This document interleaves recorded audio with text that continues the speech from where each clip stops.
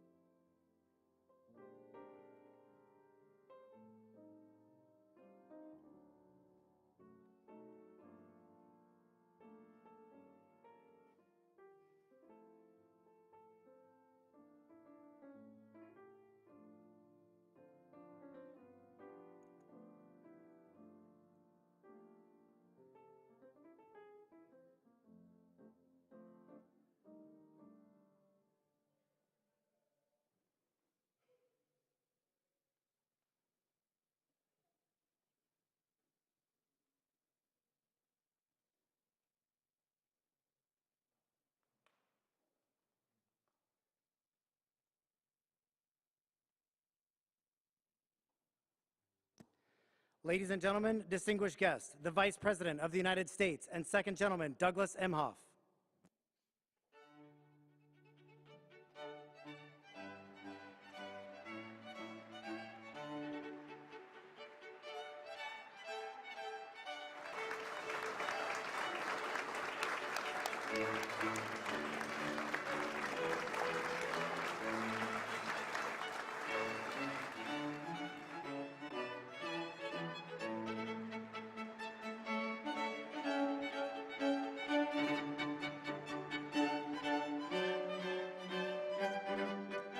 Ladies and gentlemen, distinguished guests, the recipients of the 2023 Presidential Citizens Medal, the Honorable Jocelyn Benson,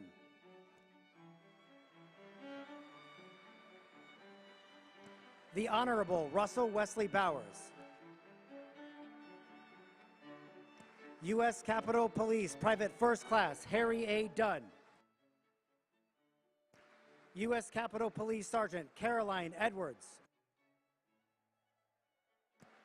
former Metropolitan Police Department Officer Michael Fanone, Ruby Freeman and Wandrea Arche Moss,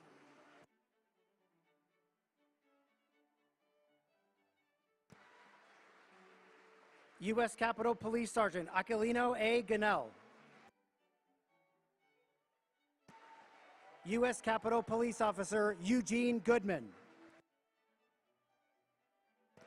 Metropolitan Police Department Officer Daniel Hodges, Dr. Serena Liebengood, accepting on behalf of U.S. Capitol Police Officer Howard C. Liebengood, the Honorable Albert Schmidt, Gladys and Charles Sicknick, accepting on behalf of U.S. Capitol Police Sergeant Brian D. Sicknick,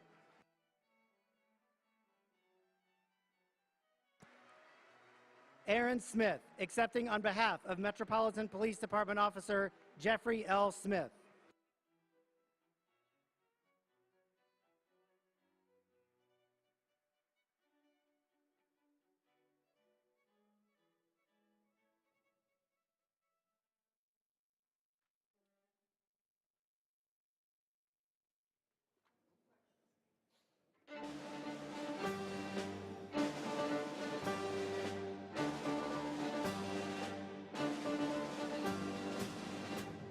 Ladies and gentlemen, distinguished guest, the President of the United States.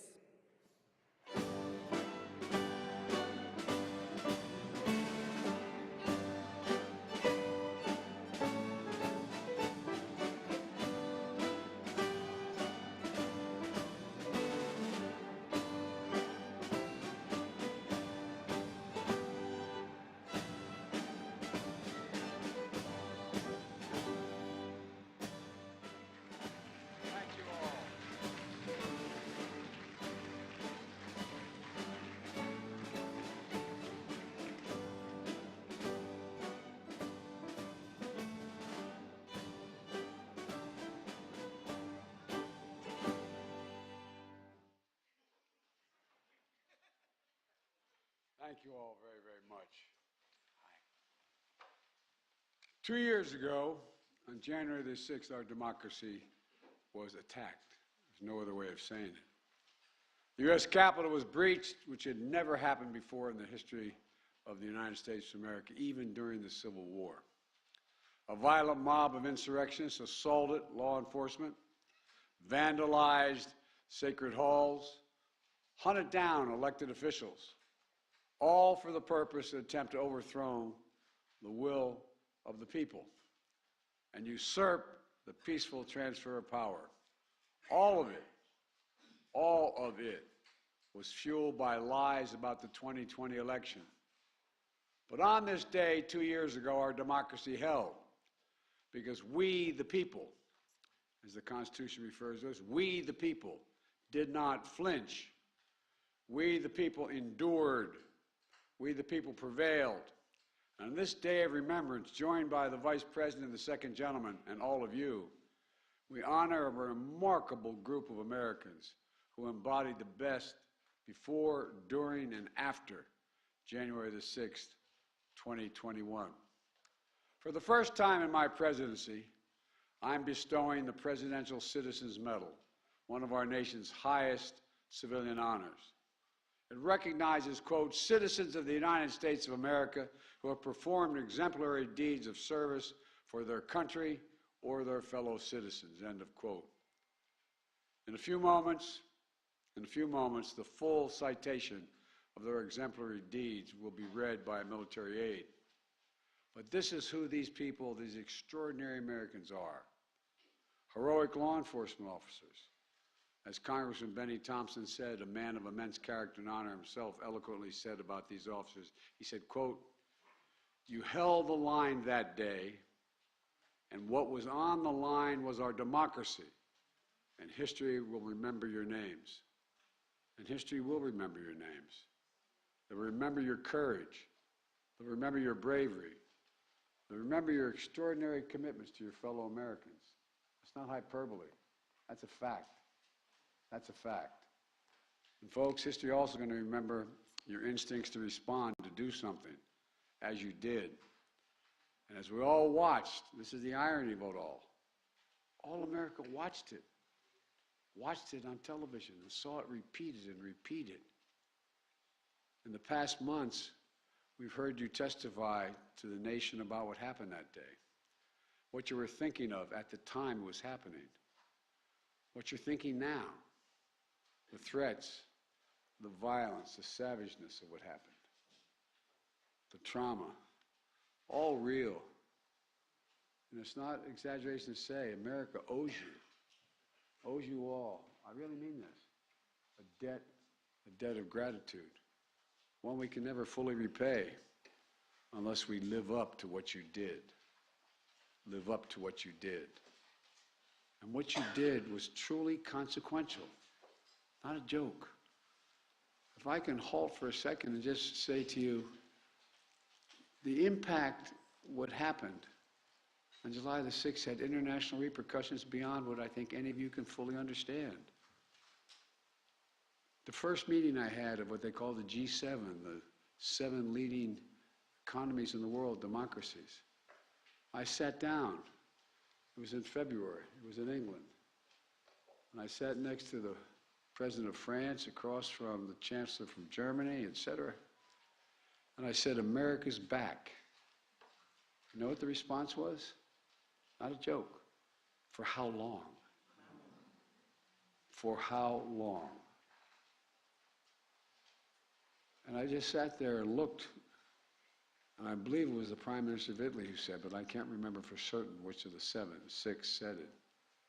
And what would you think, Mr. President, if tomorrow you woke up and you have a headline in the press saying that in the British Parliament, a mob had come down the hall, broken down the doors of the House of Commons. Police officers were killed or died. The place was vandalized in order to overthrow the election of a Speaker of the House, a Prime Minister's election. Think about it. Think about it. What would we think if we heard that news today? Any other leading democracy in the world went through this. So folks, these people and the people representing those who couldn't be here because they gave their lives for this is incredibly consequential. And that's not political talk, that's historical fact. Officer Daniel Hodges, Metropolitan Police Department, Virginia National Guardsman, 8 years on the beat. His first time inside the Capitol was on January the 6th. Sprayed with poison, pinned and crushed, eye almost gouged out, but he didn't break. After it was over, he was asked what he'd been fighting for. This is a local guy, an ordinary American, and he gave a simple, straightforward answer. What were you fighting for? His spontaneous answer was democracy. That's what he knew he was fighting for. He wasn't a scholar. He wasn't a historian. He was a red-blooded American. He was fighting for democracy. Former Metropolitan Police Officer Michael Fanone. Become friends. I've come to know him more. 20 years in the job. A veterans narcotics investigator. At a moment of crisis, he was asked to do undercover work elsewhere, but he answered the crisis call of our nation at the Capitol. And you answered, Michael, you always did. He was beaten, not pushed around, beaten, and he was tased. Called a traitor as the mob shouted, if you remember, kill him with his own gun, kill him with his own gun. But he defended our democracy with absolute courage. And ever since, he's spoken out forcefully to make sure people are held accountable because he knows it could happen again. There's no guarantees except us, all of you. Private First Class Harry Dunn from the United States Capitol Police, 14 years on the force. On that day, he was outside Speaker Pelosi's office. He stood guard protecting fellow officers who were already injured. He was fighting back insurrectionists across the Capitol while being called the vilest racist names. His own congressman, a true constitutional scholar, Jamie Raskin, who couldn't be here today as he recovers from cancer treatments, but he called and wanted me to say the following, and I wrote it down. Officer Harry Dunn acted with remarkable courage and valor to defend both our institutions and our people. Went on to say, generations to come will think of him and these officers and thank them for their service. End of quote. Officer Carol Edwards, 5 years on the force,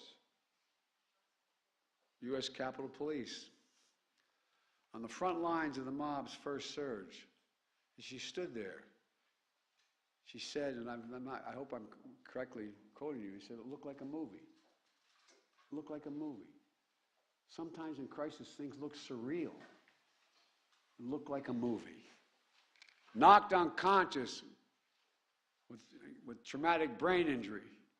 She got back up to help hold the line.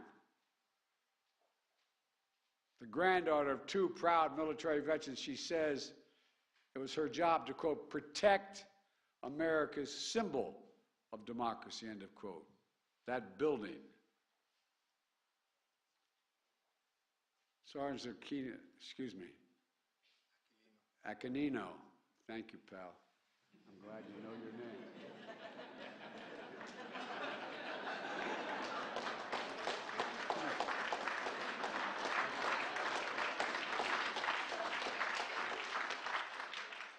He can call me President Biden from now on if he wants.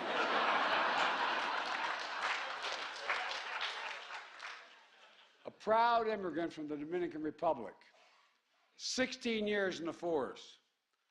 Like my son, an Iraqi war veteran with the United States military, the United States Army, who described January 6th as something from a medieval battle, trying to keep insurrectionists from entering the tunnel entrance on the lower West Terrace as he got punched, blinded with a laser, speared with an American flagpole with the American flag on it, the flag he swore to defend. He stood tall in the breach with a deep and abiding love demonstrated for his country. Officer Eugene Goodman, an Army veteran who put himself at risk as a rifle squad leader, conducting combat patrols to identify explosives in Baghdad. He came home. He came home to guard the U.S. Capitol for the last 15 years. On January 6th, he risked his own safety to distract a charging group of insurrectionists. He said his duty is to serve and protect. And he said that day, he was just doing part of it, he was protecting. And he did, he protected. To all of you, I know this honor is bittersweet. On that day, more than 140 law enforcement officials suffered physical injuries. And untold numbers are suffering from psychological toll of that day as well. PSD doesn't only occur in a military battlefield. Others are gone forever. And I said earlier, if I can hold a minute here, I said earlier, you know, for those who lost someone on that day, they're proud as the devil that their kin are being honored. But boy, is it hard. I know how proud I am when my son Bo is honored on the anniversary of his death as a consequence of burn pits in Iraq. But it brings everything back like it happened that moment. So to all the families here who lost someone, my heart aches for you. And I want to thank you for having the courage to be here today so the rest of America can know what your kin did, including Capitol Police Officer Brian Sicknick, who will be receiving this medal posthumously. A veteran of the New Jersey Air National Guard, 13 years in the Capitol Police Force as an officer. He lost his life after protecting the citadel of democracy. We're joined by his family today, whom my wife Jill and I met when we paid our respects at the Capitol Rotunda 2 years ago. I know you're proud of the honor being bestowed on Brian, but I also know this difficult moment because it brings back everything as if it happened this very day. But thank you for being here. And thank you for letting us remember Brian. Thank you. Capitol Police Officer Howard Liebengood is receiving this medal posthumously. Howard's dad was a good friend of mine. I served with his dad. His dad was Sergeant at Arms in the United States Senate, Chief of Staff for Republican senators. We were genuinely friends. Officer Liebengood patrolled the grounds outside the Senate office building on January 6th. He worked nearly nonstop in the days that followed. And he lost his life after protecting the democratic institutions he learned to revere growing up. His family, his widow Serena, they're here today. Serena has honored Howard's memory by advocating for, quote, positive change on mental health issues for his fellow law enforcement officers and other reforms. Help them cope with the crises they encounter. Metropolitan Police Officer, Department Officer Jeffrey Smith will be receiving this medal posthumously as well. He was part of the first line of officers who entered when the Capitol was breached, assaulted many times, the last time with a metal pipe. After his death, his widow, Erin, along with many others, worked tirelessly to pass in the Congress the Public Safety Officers Support Act, which I signed into law last summer. The law recognizes death by silent injury like Officer Smith's and Officer Liebengood, so future families of public safety officers who die in the wake of traumatic circumstances will get the benefits they deserve. It's long overdue. Today is a ceremony to honor heroes of January 6th. We also recognize the late U.S. Capitol Police Officer Billy Evans. His family's with us today. 3 months after January 6th, while they're still cordoning off the Capitol because threats by these sick insurrectionists continued to be profligated on the internet. Again, all America saw what happened. What Officer Evans was killed defending the checkpoint it had to go through to get up to the Capitol because of these god-awful sick threats that continue to move forward. And the whole world saw it. It's just hard to believe. It's hard to believe it could happen here in America. When I was a 29-year-old kid, got elected to the Senate, came down here to be sworn in after I was 30. The idea that if you told me that I could hear my own voice, I would be amazed.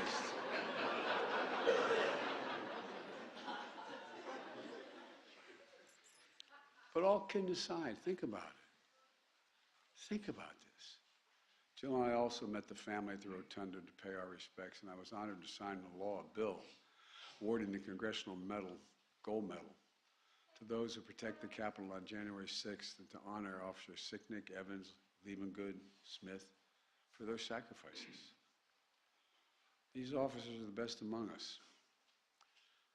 And we're also honored to be joined by many other members of the various law enforcement agencies here today. And who were here on that January 6th.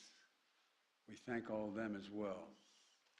I want to thank you all for your service, your strength, your courage, and it's a corny thing to say, but your patriotism.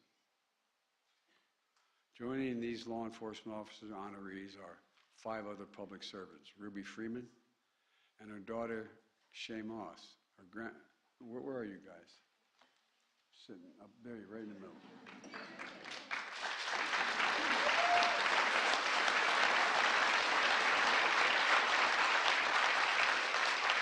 They were election workers from Atlanta, Georgia. Ruby, who for years has taken time away from running her own business to work on election season to honor voting rights and heritage of her beloved city, Her daughter Shay, who learned from her grandma how older generations of her family fought so hard to even get the right to vote. So Shay decided to become a full-time election worker to help the elderly, the disabled, the students exercise their fundamental right to vote. Both of them were just doing their jobs until they were targeted and threatened by the same predators and peddlers of lies that would fuel the insurrection. They were literally forced from their homes, facing despicable racist taunts. But despite it all, Ruby Freeman and Shay Moss found the courage to testify openly and honestly to the whole country and the world about their experience, to set the record straight about the lies and defend the integrity of our elections. Ruby and Shay, you don't deserve what happened to you, but you do deserve the nation's eternal thanks for showing the dignity and grace of we the people. Presumptuous of me, but I'm so proud of you both. So proud of you both. Albert Schmidt, a former Republican city commissioner in Philadelphia, who spent a decade overseeing nonpartisan counting of votes. But like so many other local election workers, in 2020 he was harassed and threatened as he did his job faithfully. He did not bend. He did not bow. He did not yield to the political threats and pressure. And he's so trusted by both political parties that the new Democratic governor of Pennsylvania, Josh Shapiro, appointed him as Pennsylvania's Secretary of State, a Republican, to ensure that the integrity of the elections. That's a high compliment.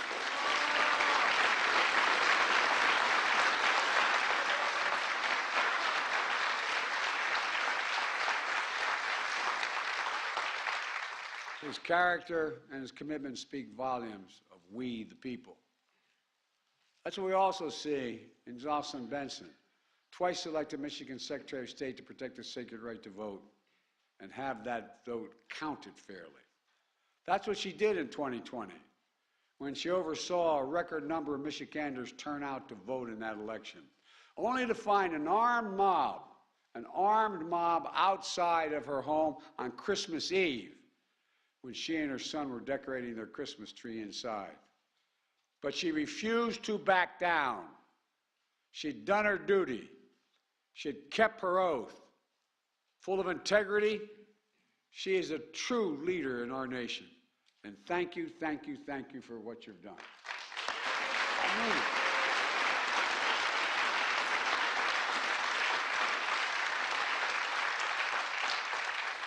And finally, Rusty Bowers, a former Republican Speaker of the House in the state of Arizona. When I met him today, I said, I hope I'm not hurting your reputation. Where are you, Rusty? See, he's hiding behind you. He's able to do that. Rusty, we may not agree on all things. We agree on what this country's about, though. We agree that public service is not about what you're willing to do to win. It's about what you're willing to lose over. What you're willing to lose over. Rusty put his obligation to the Constitution and his country ahead of everything when he refused intense political pressure to decertify the 2020 election results. His courage is probably the reason why he's lost his primary last year. Rusty, you're an example, is a demonstration to every young man and woman thinking about entering politics, about what integrity is all about. I'm not exaggerating. Thank you for your integrity and your honor.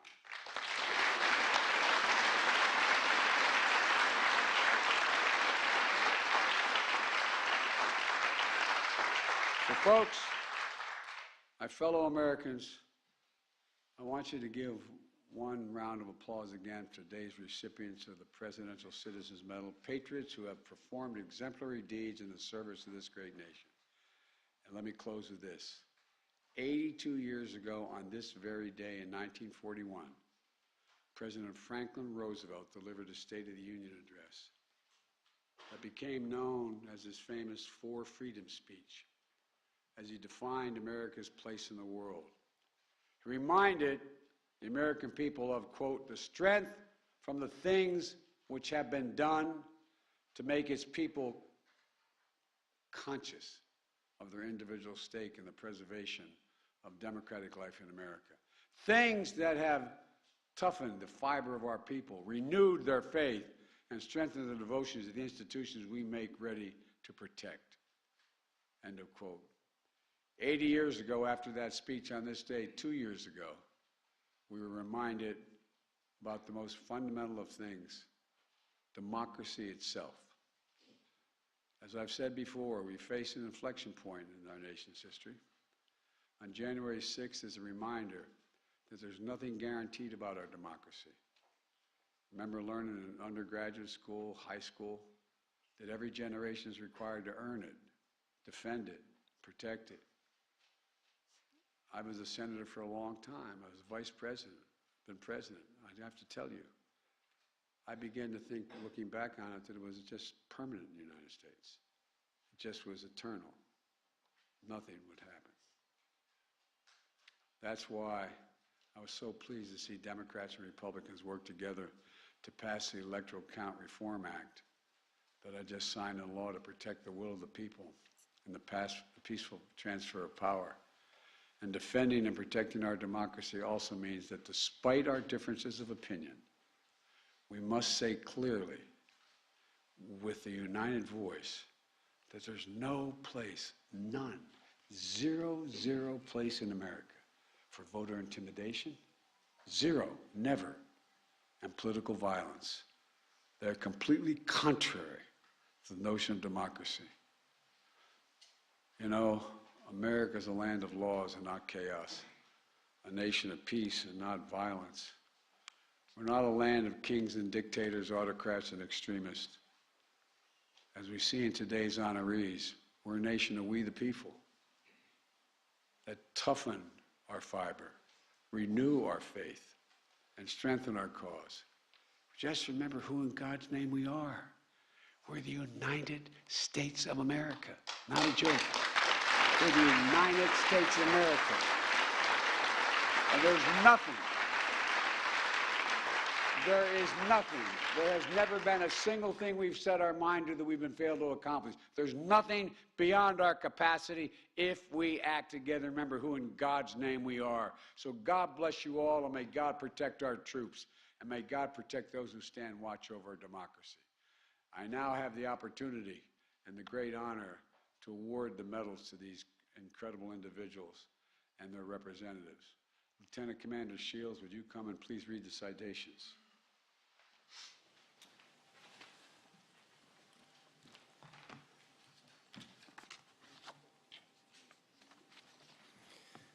The Presidential Citizens Medal recipients: Jocelyn Benson,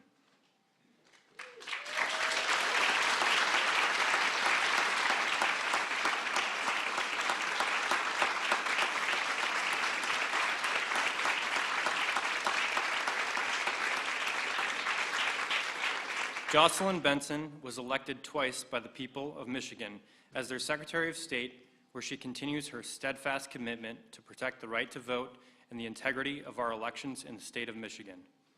In 2020, she administered an election with record turnout and certified the results in the face of unprecedented pressure and threats, including armed protesters outside her home. We the people honor the undaunted and unflinching Michigan Secretary of State, Jocelyn Benson, who continues her exemplary public service to advance free and fair elections in our nation.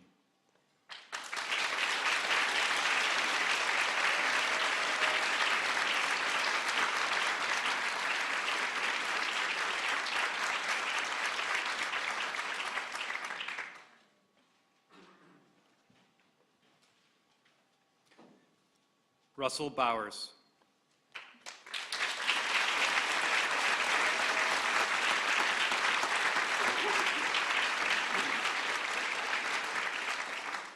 An artist, rancher, and fourth-generation Arizonan, Rusty Bowers represented the people of Arizona for almost 2 decades, rising to become Speaker of the House.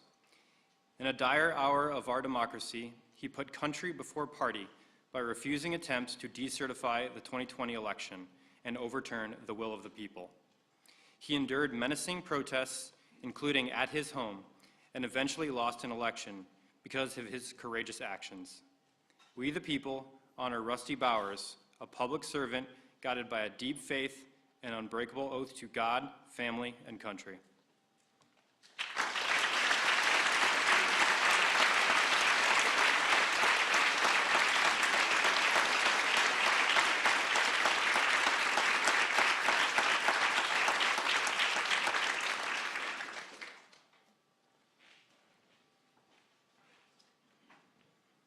Harry Dunn.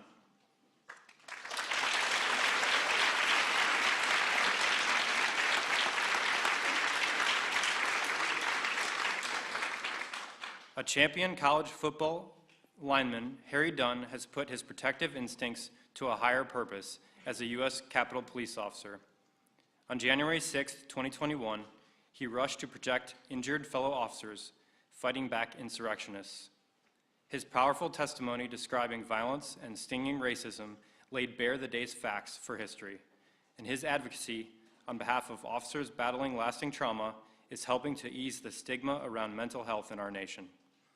For defending the citadel of our democracy and for seeking truth and healing, we the people honor U.S. Capitol Police Private First Class Harry A. Dunn.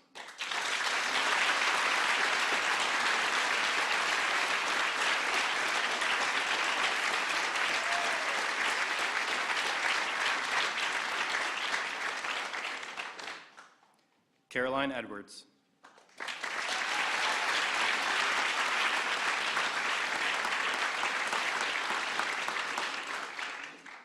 The granddaughter of proud military veterans, Caroline Edwards left a corporate career to follow in their footsteps, serving our nation. On January 6, 2021, she helped stop advancing insurrectionists even after being knocked unconscious in the mob's first brutal surge.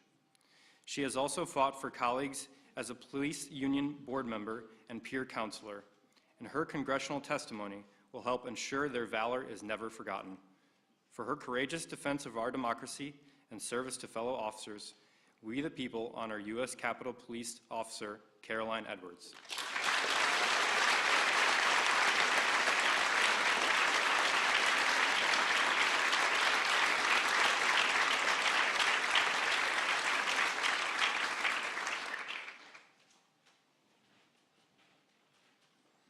Michael Fanone.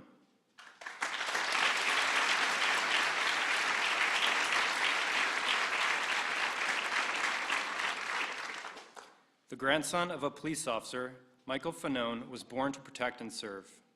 A decorated narcotics investigator, he took an off-duty call to the Capitol on January 6, 2021, helping to drive insurrectionists away from a key tunnel and facing vicious attack.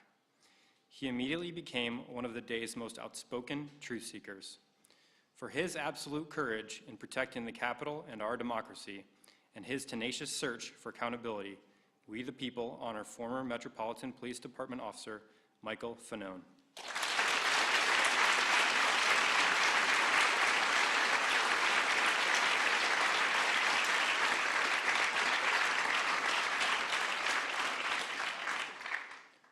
Ruby Freeman.